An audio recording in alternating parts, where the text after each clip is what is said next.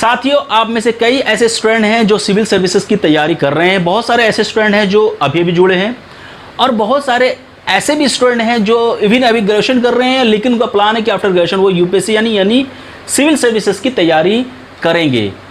वैसे स्टूडेंट जो सोच रहे हैं सिविल सर्विसेज की और वैसे स्टूडेंट जो नए जुड़े हैं, यानी वैसे स्टूडेंट जो नए हैं इस फील्ड में सिविल सर्विसेज की तैयारी करने में, तो उनका सबसे बड़ा सवाल ये होता है कि शुरुआत कहाँ से करें, क्या पढ़ें, कैसे स्टार्ट करें प्रिपरेशन।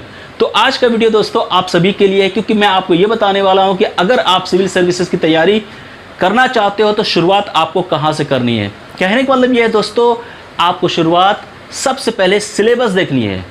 सिलेबस में क्या पढ़ना है, कहाँ से शुरुआत करनी है, वो सबसे पहला बेसिक, सबसे पहली सीढ़ी है इस प्रिपरेशन की। आज के इस वीडियो में मैं आपको सिलेबस का पैटर्न बताऊंगा, सिलेबस बहुत ही डिटेल में फिर बताऊंगा। यानी आपको आज के इस वीडियो में मैं जो यूपीएससी की सिलेबस है लेटेस्ट 2021 की, इस तरह समझाऊंगा कि एक बच्चा भी 10th क्लास का बच्चा भी उसको बहुत ही आसानी से समझ जाएगा। तो ये वीडियो बहुत ही इंपॉर्टेंट है, इस वीडियो को मिस मत कीजिए, इस वीडियो को पूरा देखिए, क्योंकि ये बेसिक आपके लिए है। आपको सिलेबस समझनी ज़रूरी है, एक बाइबल आपके लिए है। जब आप प्रिपरेशन करेंगे तो आप बोर्ड पे पिन करके रखिएगा अपने सिलेबस को और एक एक चीज़ को पढ़िएगा। इसलिए मैं बता रहा हूँ ये वीडियो इंपॉर्टेंट है। इस वीडियो को देखिए, मैं जिस तरह से आपको बताऊंगा सिलेबस के बारे में, आपको क्लियर क्रिस्टल सारी चीज़ें बिल्कुल समझ में आएंगी। तो चलिए साथ ही इस वीडियो को शुरू करते हैं।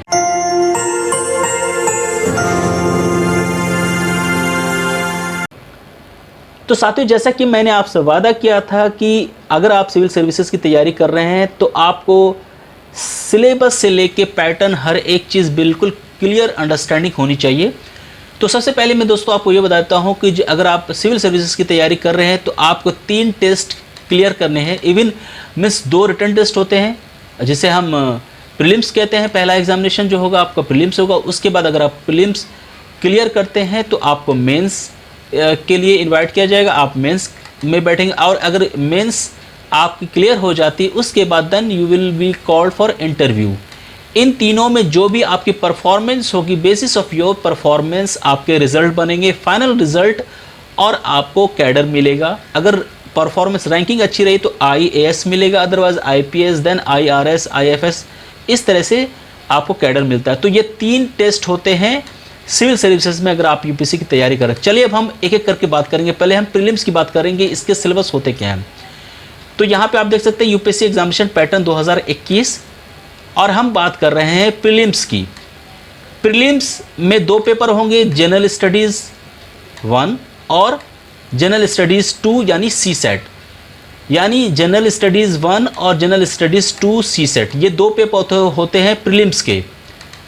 क्लियर हो गया दोस्तों। अब आगे हम बढ़ते हैं। देखिए, जनरल स्टडीज़ 1 में क्वेश्चंस जो होंगे वो 100 क्वेश्चंस होते हैं। टोटल मार्क्स जो होगा दोस्तों वो 200 मार्क्स का होता है, और जो टेस्ट होगी उसकी टाइमिंग आपको 2 घंटे मिलेंगे। नेगेटिव मार्किंग 1/3 होती है, और MCQ यानी ऑब्जेक्टिव टाइप क्वेश्चन होंगे जनरल स्टडीज़ 1 के प्रीलिम्स में। अब हम बात करते हैं जनरल स्टडीज़ 2, जिसे हम CSET भी कहते हैं। CSET आप सभी लोग जानते हैं, ठीक है। तो इसमें भी नंबर ऑफ क्वेश्चंस जो होंगे दोस्तों 80 मार्क्स के 80 क्वेश्चंस होते हैं, और टोटल मार्क्स जो होता है दोस्तों 200 का होता है।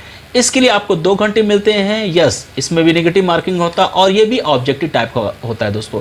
तो यानी प्रीलिम्स में 2 पेपर हो गए, जनरल स्टडीज़ 1 और जनरल स्टडीज़ 2। जनरल स्टडीज़ 2 क्या है दोस्तों, वो CSET है। Clear.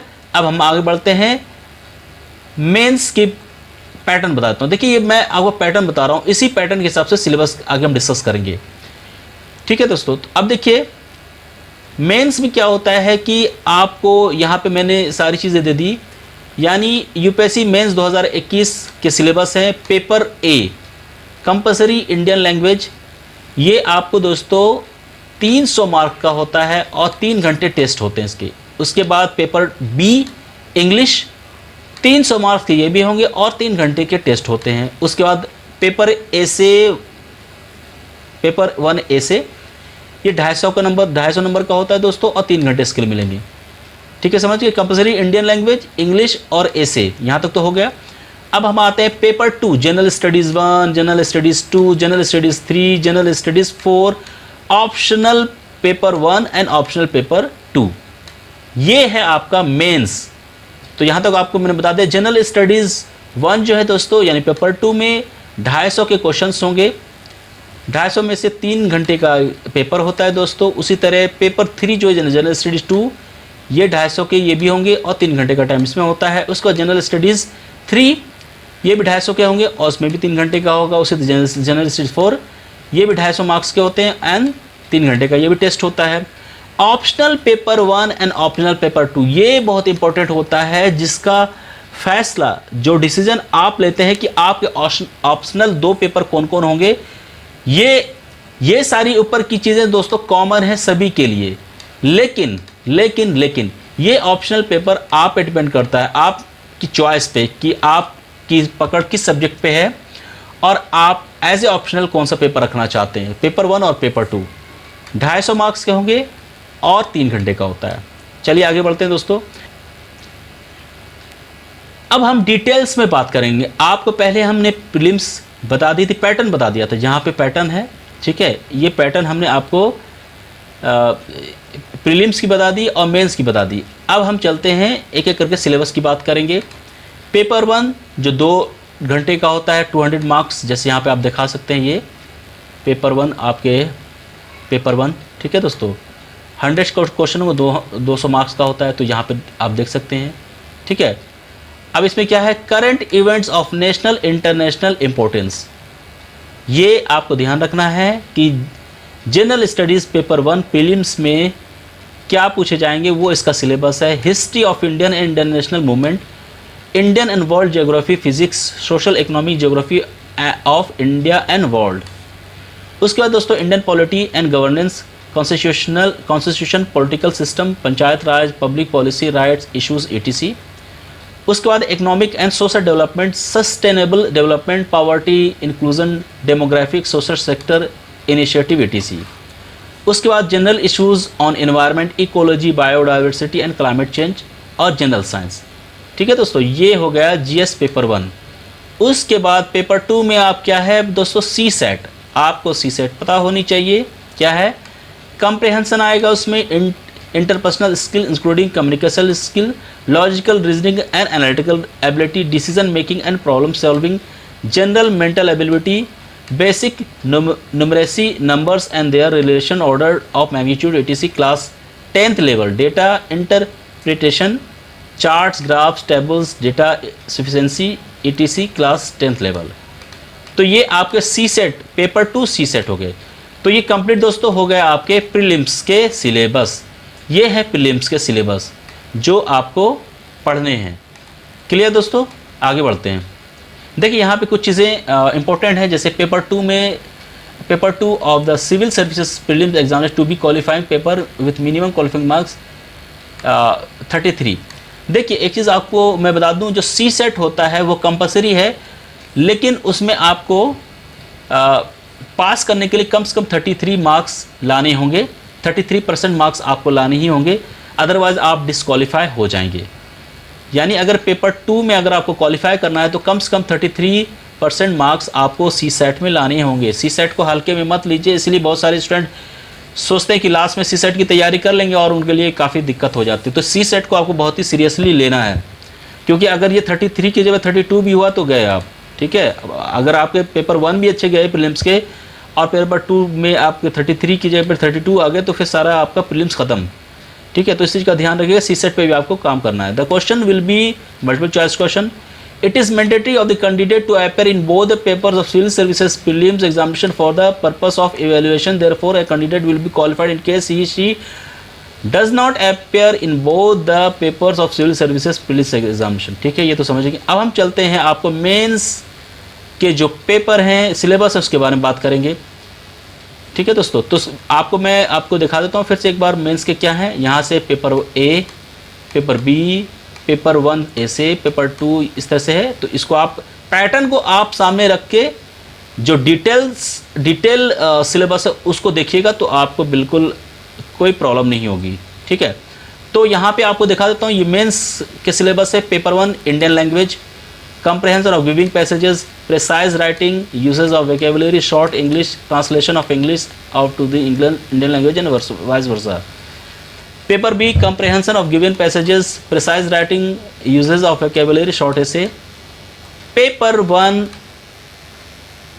essay, paper B, paper A, paper B हो गया। अब पेपर 1 में क्या है, essay. Candidate may be required to write essay on multiple topics. essay बहुत ही इंपॉर्टेंट होता है सिविल सर्विसेज के लिए। इसके बारे में एक मैं बहुत जल्द वीडियो लेके आने वाला हूँ।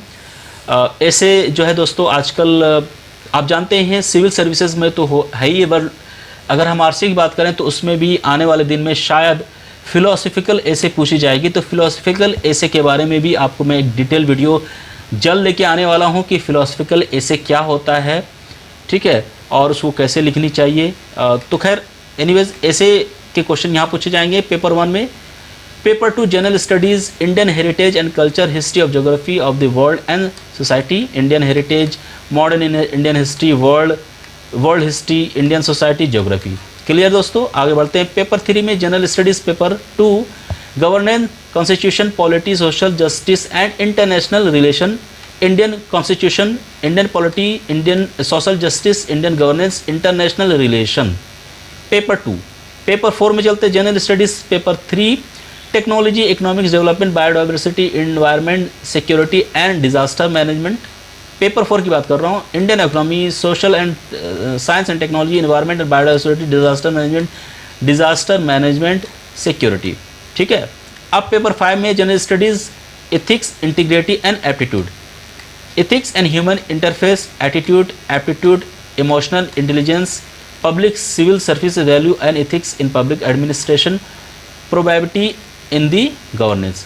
Paper 4 and paper 6 and paper 7 optional होते हैं। देखिए मैंने आपको पहले बताया था पैटर्न में, जैसे आप पैटर्न को मैं फिर से दिखाता हूँ, ये आपके पैटर्न है। तो यहाँ पे ये पेपर 6 और 7 जो ये ऑप्शनल पेपर होता है, आपने किस पेपर में ग्रेजुएशन किया है और आपको किस पेपर कमांड है, उस अकॉर्डिंगली आपको 2 पेपर रखने पड़ते हैं। बहुत सारे स्टूडेंट अगर पॉलिटिकल साइंस के हैं तो पॉलिटिकल साइंस रखते हैं और पब्लिक एडमिनिस्ट्रेशन रखते हैं, कोई हिस्ट्री रखता है, वो फिर एंथ्रोपोलॉजी रखता है, ठीक है दोस्तों। तो आपके जो ऑप्शनल पेपर होंगे वो ये हैं agriculture, animal husbandry, veterinary science, anthropology, botany, chemistry, civil engineering, commerce and accountancy, economics, electronics, geography, geology, history, law, Assamese, Bengali, Dogri, English, Gujarati, Hindi, Kannada, Kashmiri, Konkani, Maithili, Malayalam, Manipuri, Marathi, Nepali, Oriya, Punjabi, Sanskrit, Santali, Sindhi, Tamil, Telugu, Urdu, mathematics, mechanical engineering, medical science, physiology, physics, political science and international, ठीक है, psychology, public administration, sociology, static and geology. तो ये सारे इनमें से आपको 2 paper as a optional रखने होते हैं, ठीक है। तो ये आपको मैंने कंप्लीट सिलेबस बता दी, इसमें कहीं भी शक व शुबा, कोई डॉट बिल्कुल नहीं होनी चाहिए, ठीक है। अगर इसमें भी अगर आपको कोई डॉट है तो आप हमें कमेंट सेक्शन में ज़रूर पूछिए। ये सिलेबस आपको बताना बहुत ज़रूरी था, इसलिए कि ये एक आपका रेफरेंस होगा, क्योंकि आप आगे प्रिपरेशन कर रहे हो तो एज ए रेफरेंस लेके चलना है। एज ए रेफरेंस क्या, ये बाइबल है आपके लिए, इसके सहारे ही आपको आगे बढ़ना है और पढ़ाई करनी है। एक एक चीज़, जैसे देखिए इसमें क्या है, अब कोई एग्जांपल मैं आपको देता हूँ, जैसे आप देख लीजिए मॉडर्न इंडियन हिस्ट्री, तो इसको इग्नोर मत कीजिएगा, इसको पढ़िएगा। अब इसमें देखिए इंटरनेशनल रिलेशन, यानी कहने का मतलब कि अगर इसमें गवर्नेंस लिखा है तो वही पढ़ना है, जस्टिस लिखा, मतलब कि आपके इस सिलेबस में अगर इंडियन भी लिखा है तो भी आप उसको वैल्यू देंगे। यानी आपको एक वर्ड को ध्यान में रखते हुए पूरी आपको सिलेबस कंप्लीट करनी है और पढ़ाई करनी है, ठीक है। ये पैटर्न है जो आपको एज ए शॉर्ट समरी बताई गई है, और इस पैटर्न को आप समझ जाते हैं तो आप पूरे सिलेबस को समझ जाएंगे। इसी पैटर्न को लेके आप क्या कीजिए, जहाँ पे स्टडी पढ़ाई करते हैं उसके सामने आप इसको चिपका दीजिए, है ना। दिन में 2-3 बार देखिए, आप के जो है ना कॉन्फिडेंस बढ़ेंगे, और आप then you will be able to start thinking that how you can go ahead and where you should go to start your preparation for UPSC. So this is the best way to start your preparation for UPSC, and I hope आपको ये video पसंद आया होगा, इसमें दी गई information आपको बिल्कुल पसंद आई होगी। और इसके बाद भी अगर कोई आपको इसमें डाउट है तो आप हमसे ज़रूर पूछिए। ये सिलेबस का वीडियो बना के देने का मतलब आपको ये है कि इसके बाद जो वीडियो आ रही हैं आपको हर एक चीज़ पे सिलेबस वाइज आपको कंटेंट देने की कोशिश करने वाला हूँ। वैसे कंटेंट जो आपके जामिया आरसीए की तैयारी में हेल्प करेगा, आपके जीएस के जो क्वेश्चन आएंगे उसमें हेल्प करेगा, ठीक है। बाकी मैंने आपको बता दिया फिलोसॉफिकल एसे के बारे में बहुत जल्द वीडियो लेके आ रहा हूँ, क्योंकि हो सकता है इस पर जामिया आरसीए में इवन के एमयू आरसीए, हमदर्द स्टडी सर्किल और जितने भी आरसीए हैं उनमें फिलोसॉफिकल एसे भी पूछा जा सकता है, ठीक है। तो साथियों, उम्मीद है कि आपको यूपीएससी सिलेबस 2021 की कंप्लीट आपको समझ में आ गई होगी, बिल्कुल समझ में आनी चाहिए। और ये बेसिक है, यहाँ से शुरुआत कीजिए, सिलेबस को सामने रखिए। Syllabus is Bible for you, everything for you. तो यहाँ से शुरुआत कीजिए, ये पहली सीढ़ी है। सिलेबस को आप समझ जाएंगे तो आपको अपने आप रास्ता मिलता जाएगा। तो दोस्तों, ये वीडियो उम्मीद है कि आपको पसंद आई होगी। ये वीडियो अगर पसंद आए तो इस वीडियो को लाइक कीजिए, आप शेयर कीजिए। साथ में दोस्तों हमारा टेलीग्राम है, जहाँ पे आपको एवरी मॉर्निंग सुबह में the Hindu, Hindu editorial, Indian Express, Financial Express, Mint जैसी बहुत ही महत्वपूर्ण आपको न्यूज़पेपर दिया करता हूँ, जो यूपीएससी प्रिपरेशन के लिए बहुत ही ज़रूरी है। साथ में करंट अफेयर्स, जीएस के भी कंटेंट हमारे इस टेलीग्राम पे आए दिन दिया करता हूँ। तो दोस्तों, इस वीडियो में इतना ही, फिर मिलेंगे एक नई वीडियो में नई चीज़ के साथ। तब तक के लिए शुक्रिया।